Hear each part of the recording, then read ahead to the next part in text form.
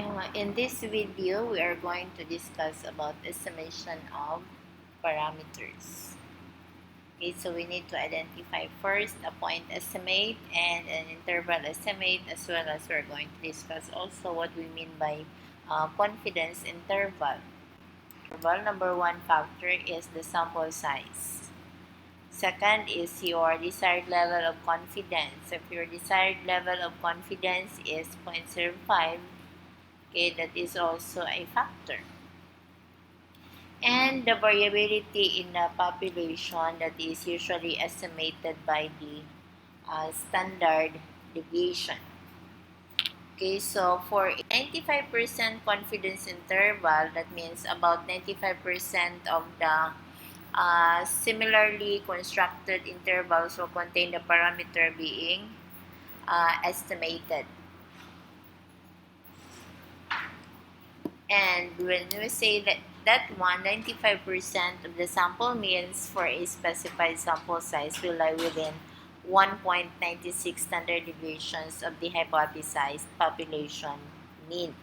So the 1.96, that means this is the standard deviations of the hypothesized population mean. And for the 99% confidence interval, that means 99% of the sample means for a specified sample size will lie within 2.58 standard deviations of the hypothesized population mean. Then we will also be entering the term standard error of the sample mean. So when we say standard error of the sample mean or standard error, what we mean by that is it is the standard deviation of the sampling distribution of the sample means, and it is denoted by this formula, that is sigma sub x bar is equal to sigma over the square root of n, wherein sigma sub x bar, that is the symbol for standard error of the sample mean, because we're talking here of the means. Okay, so estimating the sample means, so that is that symbol. Then we have that symbol sigma, that means it is the standard deviation of the population, whereas the n is the sample size. And the standard, and when we say standard error, okay, so if s is not known, sometimes our standard deviation is not known, but your sample size is greater than or equal to 30, so it is already considered a large sample if it is 30 or more. Then the standard deviation of the sample designated by S is used to approximate the population standard deviation. And it is following this formula. So it's just the notation that you change, but the formula is there and the concept is there. So if the population standard deviation is known for the sample which is greater than 30, then we use the z distribution, while if it is less than 30, then we will be using the t distribution. So in this case, if it is greater than 30, then we are going to use the z, that is x bar plus minus z times the standard error, which is s over the square root of n. So for the if we are going to construct the confidence interval for the mean, we have to follow that formula. That is the mean, sample mean plus minus z times the standard error. And for the 95% confidence interval for the population mean, okay, so that is that formula, so that is x bar plus minus 1.96 over the standard error, and if it is a 99% confidence interval for the population mean, that is x bar plus minus 2.58 times the standard error. Okay, that's how we are going to construct the general confidence interval for the mean mu. Okay, so let us have an example. Here, the dean of the business school wants to estimate the mean number of hours work per week by students. So a sample of 49 students showed a mean of 24 hours within a standard deviation of 4 hours. So what is the population mean here? So we do not know the population mean. What we are given only is the estimate, which is from the sample of 49 students. So we have 24 as the estimated mean for the uh, from the sample, and then we are given also the standard deviation, which is 4. So what we are given only is the point estimate. Now we are going to construct the interval estimate of our population mean. Suppose we're going to find the 95% confidence interval for the population mean. So from the formula, x bar plus minus z times s over the square root of n. So we will substitute. We are given 24, that is our mean, that is the number of hours based on the 49 sample, plus minus 1.96 because we're talking here of the 95%, so that's 1.96 times the standard deviation 4 over the square root of 49, our sample size. So what we have is 24 plus minus 1.12. This one, if you're going to simplify this, you can verify using your calculator. That's 1.12. So the confidence limits ranges from 24 minus 1.12 is 22.88. 24 plus 1.12, that's 25.12. So we say that about 95% of the similarly constructed intervals would also include the population parameter. What if the standard population standard deviation is unknown? So if the population standard deviation is unknown, the underlying population is approximately normal. And if the sample size is less than 30, then we are going to use the t distribution. Okay, so where can we find the values of t? You can also search that in the internet, the critical values of t or the t distribution. It is in a form of table as an appendix. It's not going to be shown here, but you can always check that one in the internet. And the value of your t for a given confidence level depends upon its degree of freedom. So the degrees of freedom is n minus 1. So that is sample size minus 1.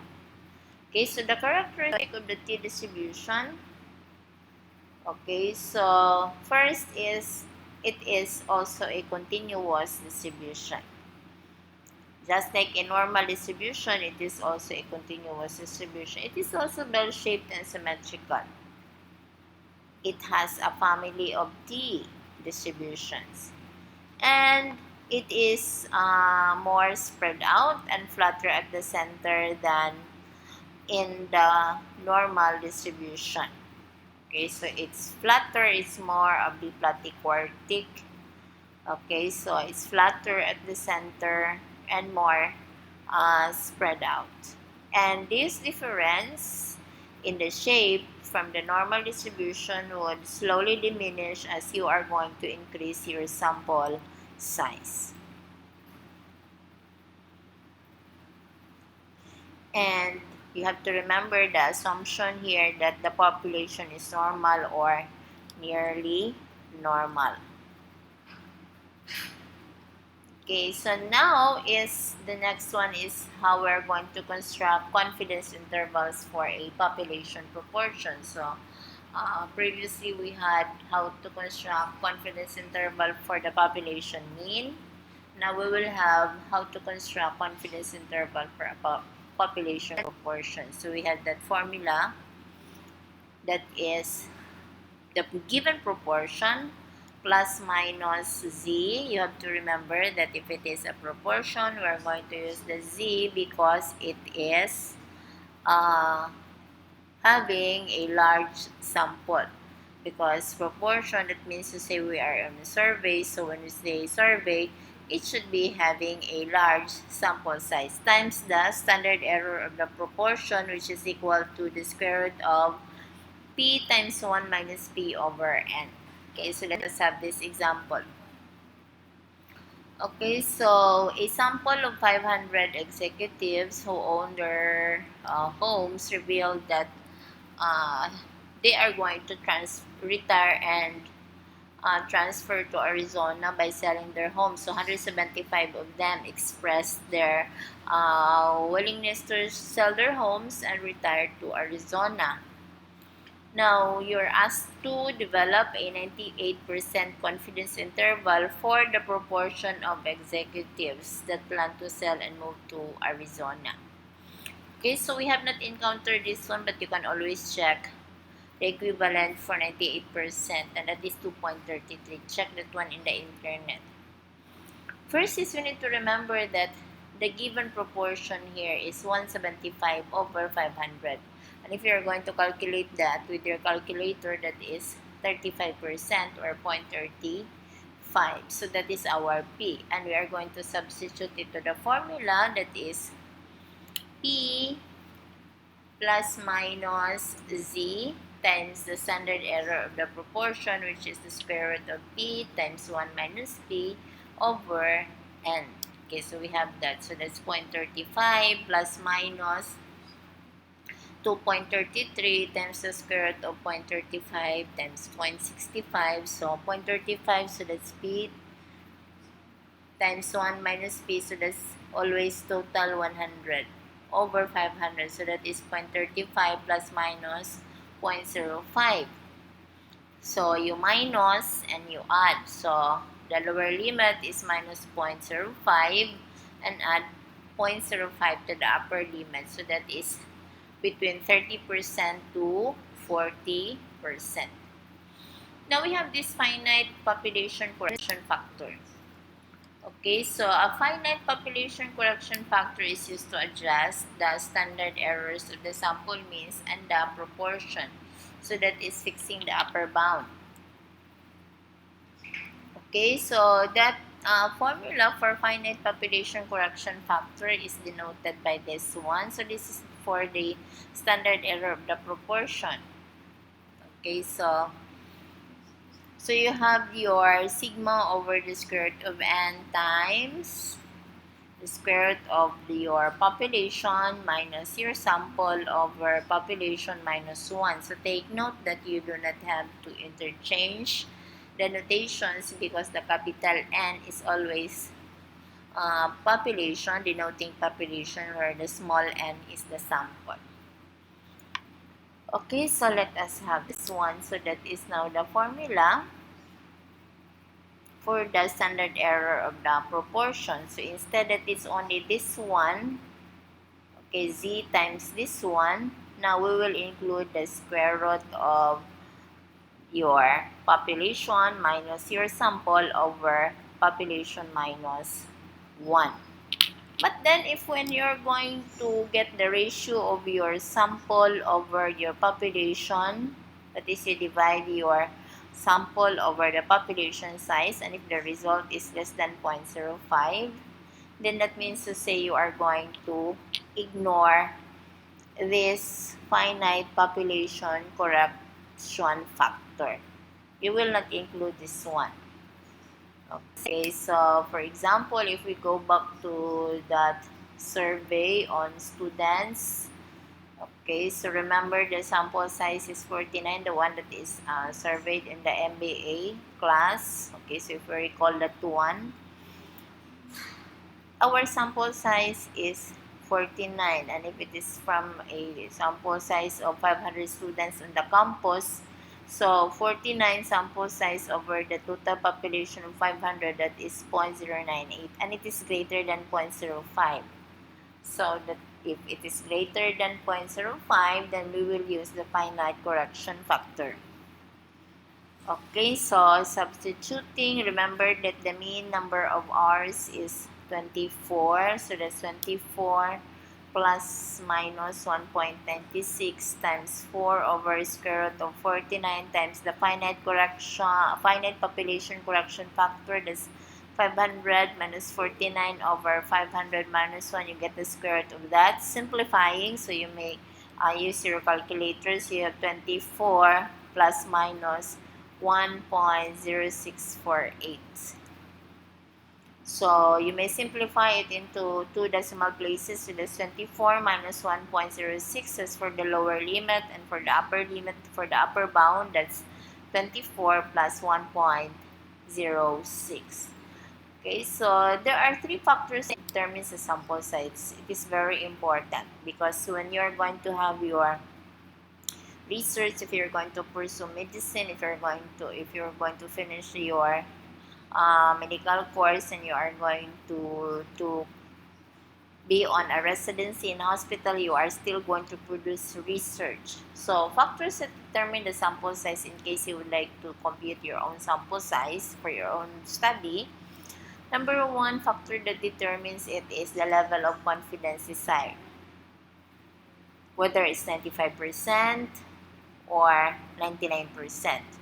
And the margin of error that you would like to tolerate, whether that's 10% or 5%. And the variability of the population being studied. That's why it is important also that you are going to read similar studies, so you would know the variability of a similar study done before yours, because you will be using that to compute for the sample size of your study. But in case if it is not known because your study is the first one, then you're going to use the proportion variability is 50-50. Okay, so calculating the sample size, you have that formula. Okay, so your n is z times s, which is your sample deviation. If it is you have a pilot study and you do a pilot study, then over the e. Or others call this one, this is the Cochrane's formula for sample size computation. Although some others has a different form for this one, but still the same. They have the formula n equals pq times z over error squared. Okay, so you have this example. Okay, let us have this one. A consumer group would like to estimate the mean monthly electricity charge for a single family house in July within $5 using a 99% confidence level of 99% level of confidence. So based on similar studies, the standard deviation is found to be estimated to be $20. So how large is your sample? Okay, so that's n, and then remember that's 99%, so that's 2.58. So n equals 2.58 times 20 is the standard deviation over the 5. Okay, so which is your error?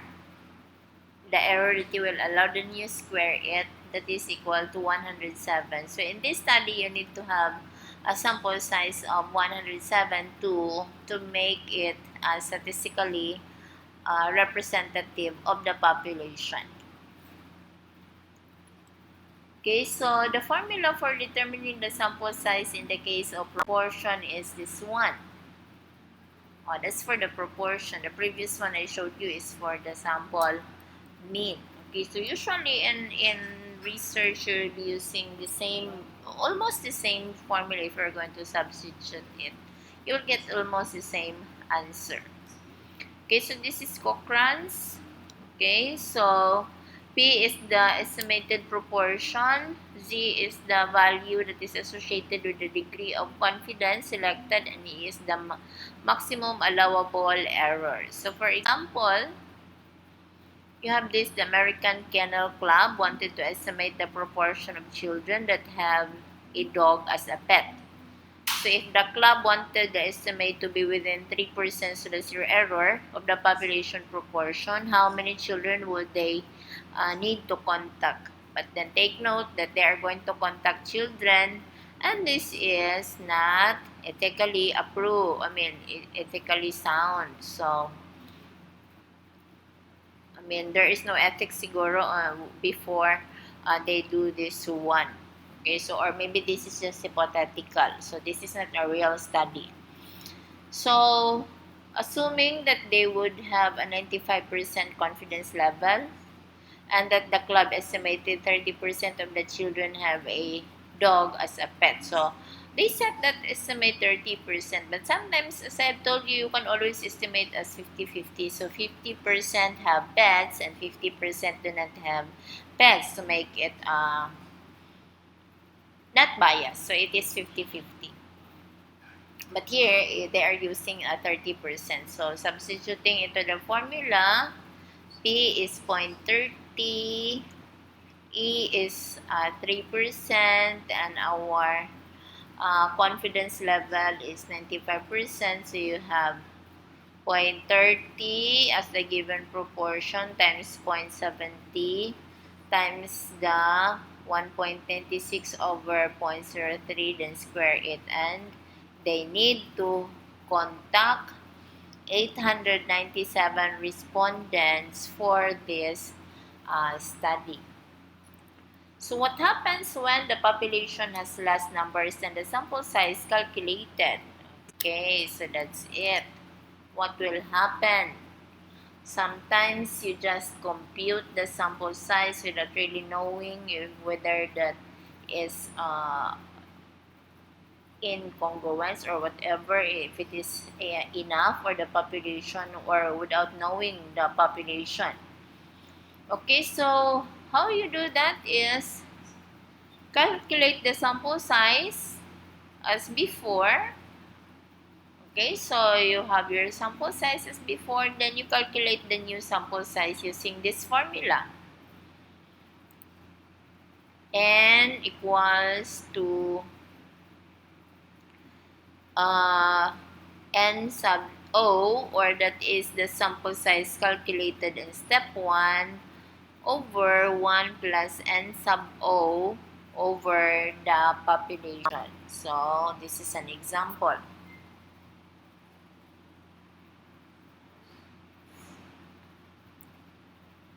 Okay, so here, an auditor wishes to survey employees in an organization to determine compliance with federal regulations. The auditor estimates that 80% of the employees would say that the organization is in compliance. Okay, so it has 200 employees. So the auditor wishes to be 95% confident in the results within a margin of error of no greater than 3%. So how many employees should the auditor survey? Okay, step 1, calculate the sample size as before. So you have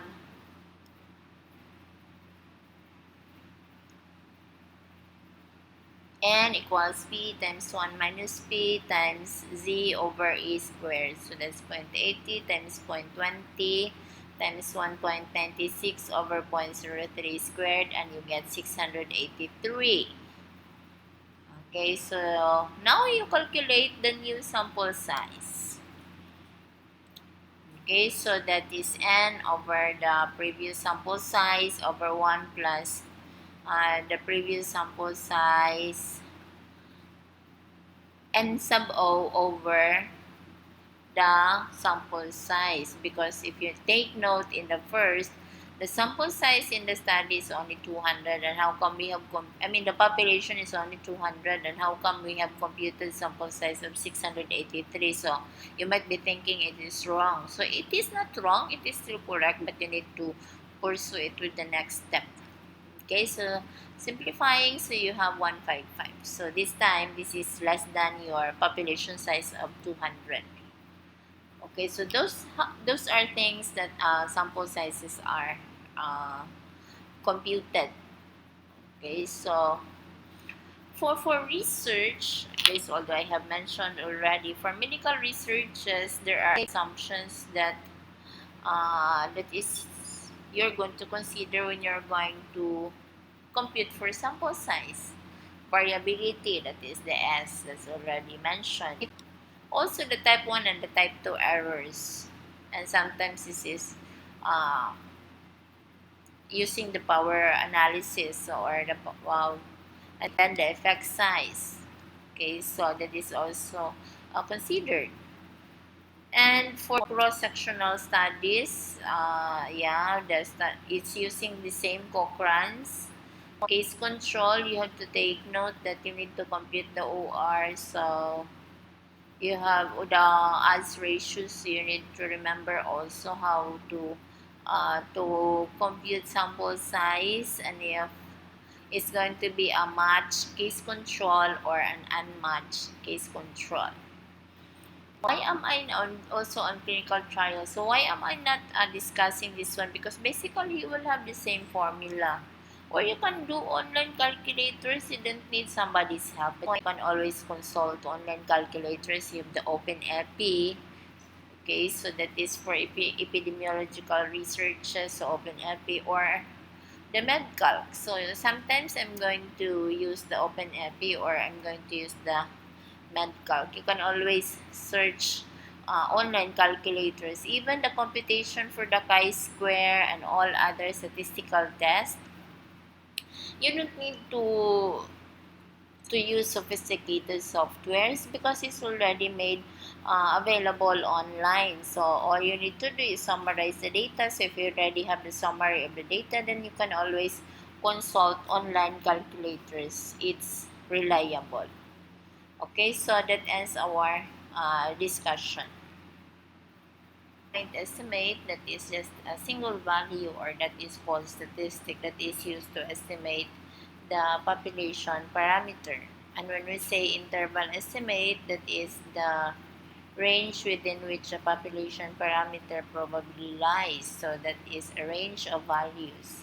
And that range of values is what we call the confidence interval. Okay, so there are two very common confidence intervals that are used extensively. That is the 95% and the 99%. Okay, there are factors that determine the width of a confidence interval.